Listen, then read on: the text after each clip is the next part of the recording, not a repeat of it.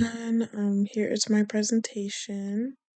So the policy I chose to focus on postpartum women and poverty in the US.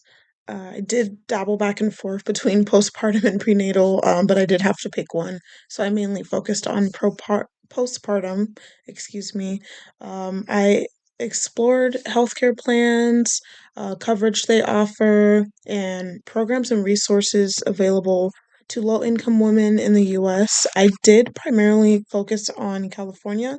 I do live in San Diego, California, so I thought it was a little bit more convenient to focus on somewhere where I know.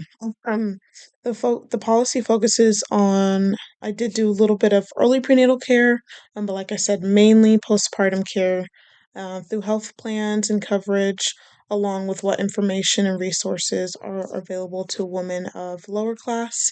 And I also did include middle class just because. Sometimes lower class and middle class are kind of there's like a border between them, so I did include a little bit of both.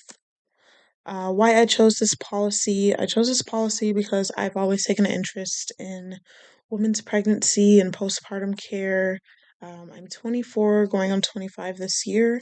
I do graduate next year in spring. Woohoo! I do want my own family soon, someday. So I thought it would be a great opportunity for me to learn about what resources would be available for me when it comes time to have my own child. And I've always wanted to know the truth and extensive details of the behind the scenes of having a baby. So, hospital costs, insurance costs, and what services are available to me and what to expect.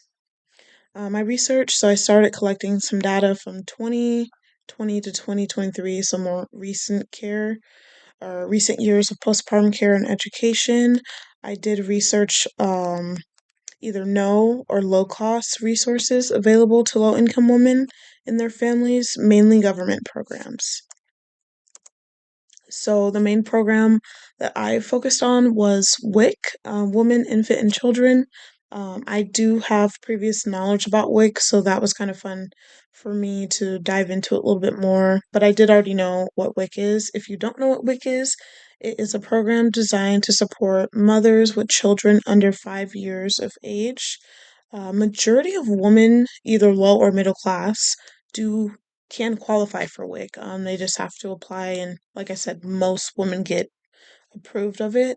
So what WIC does is they provide vouchers for foods you get at pretty much any grocery store. So bread, cereal, cheese, eggs, milk, certain fruit juices, infant formula, and infant cereal and baby food. So certain formulas they will give you vouchers for, which basically turn into I don't want to say turn into money, but they're vouchers you could take to grocery stores and you're able to quote unquote purchase these items without tapping into your own personal money.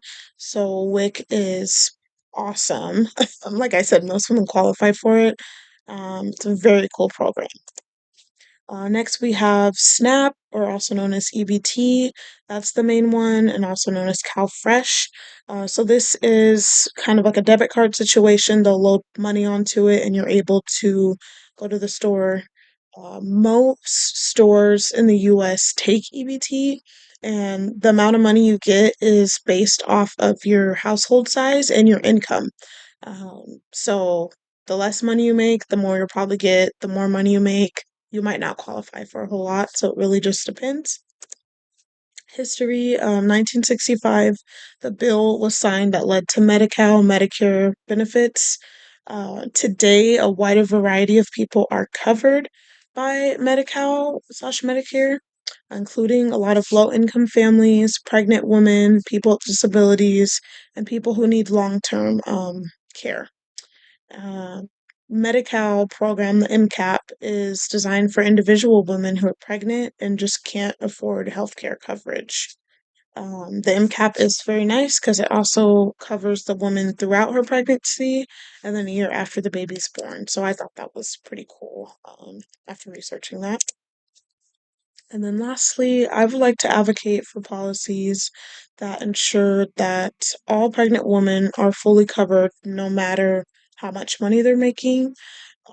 I think it would be very beneficial to expand medical coverage for pregnant women, and expanding with translation services to non-English speaking women. I do feel that we should be promoting high quality prenatal care despite your income, um, including like more evidence-based practices, more regular screenings, and monitoring of mom and baby. I feel like this could be achieved if we have outreach programs partnered with community organizations, healthcare providers, and government agencies, to really like disperse information about prenatal care and healthy pregnancy practices through workshop classes and a variety of online resources.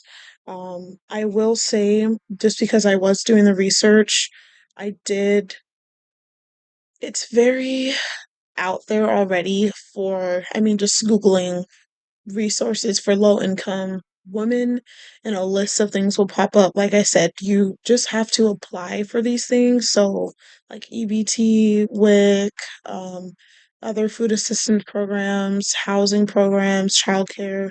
These are things that you just have to apply for. And I mean, like I said, they really do it based off your income. So if you qualify for it, great. If not, there are other free programs that you can qualify for to help you and your child. Thank you so much for listening to my presentation.